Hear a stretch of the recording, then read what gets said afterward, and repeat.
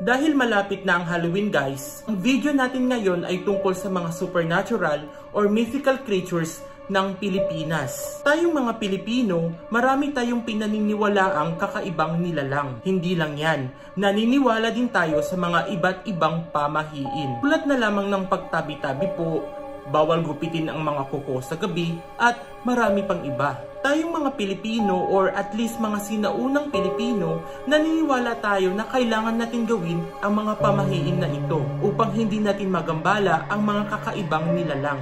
Multo. Halos lahat ng tao sa buong mundo ay naniniwala sa multo. Sa Pilipinas, maraming lugar na kung saan maraming multo ang nagpapakita. Tulad na lamang ng mga ilang lugar sa Baguio City.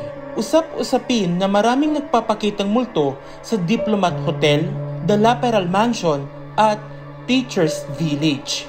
White Lady. Ang White Lady ay isa sa mga kilalang multo sa Pilipinas. Ang Balete Drive, isang lugar sa Quezon City, ay kilala na pugad daw ng White Lady. Ayon sa mga kwento ng mga taxi drivers na dumaan dito, may isang babaeng mahaba ang buhok na pumapara para makasakay ng taxi. At pinapasakay naman ito ng mga taxi driver. Paglingon daw nitong mga driver, ang nakikita na lang nila ay ang duguan na muka ng babaeng ito. Aswang. Ang aswang ay isang nilalang na kumakain ng mga lamang loob ng tao. Ang probinsya ng Capiz ay ang pinakakilalang pugad di umano ng mga aswang.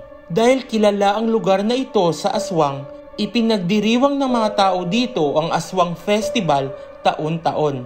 Manananggal. Ang manananggal ay ang pinakasikat na aswang sa Pilipinas. Kilala ng lahat ng Pilipino ang manananggal. Ang manananggal ay isang nilalang na may kakayahang magbago ng anyo sa tuwing kabilugan ng buwan. Ito ay sinasabing nagpapalit ng anyo kapag sumapit na ang hating gabi. Ang nilalang na ito ay may kakayahang hatiin ng katawan at tinutubuan din ito ng pakpak na parang sa paniki. Mangkukulam. Kapag nasa kamay na ng mga mangkukulam ang isa sa mga personal mong gamit, pwede nilang gamitin to upang magawa nila ang kanilang kulam sa iyo. Ang inyong mga buhok, suklay at damit ay ang mga karaniwang ginagamit ng mga mangkukulam. At madalas, gumagamit sila ng manika para dito nila paparusahan ang mga kinulam nila. Ang Siquijor ay isa sa mga lugar ng bansa na pugad di umano ng mga mangkukulam. Diwata. Sa Ingles, ang diwata ay fairy. Ang mga diwata ay kilala bilang mga mababait na nilalang na nakatira sa kagubatan. Ngunit kapag may nagawa kang masama sa kanila o sa kanilang tahanan, hindi sila magdadalawang isip na parusahan ka. Isa sa mga kilalang diwata sa Pilipinas ay si Maria Makiling. May isang bundok sa Pilipinas na ipinangalan kay Maria Makiling. At ito ay Mount Makiling na matatagpuan sa Laguna. Sigbin. Ang itsura ng sigbin ay parang isang maliit na kangaroo na may malaking tenga, namumulang mata at buntot na parang isang latigo.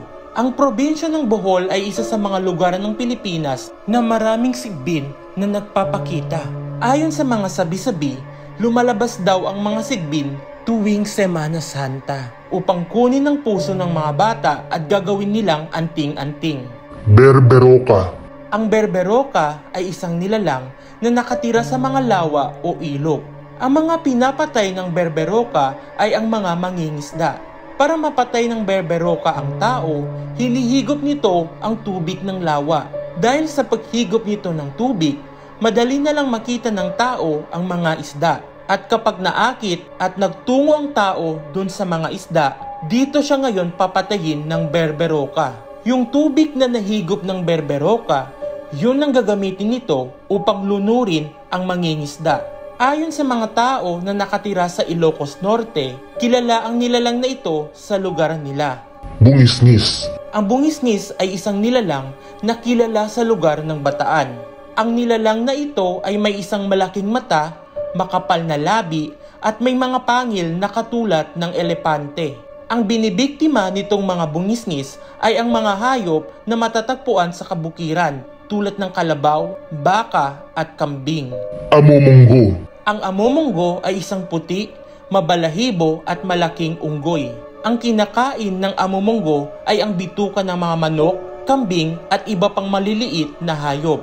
Ayon sa sabi-sabi, nakatira daw ang nilalang na ito sa paanan ng bundok ng Kanlaon sa Negros Occidental.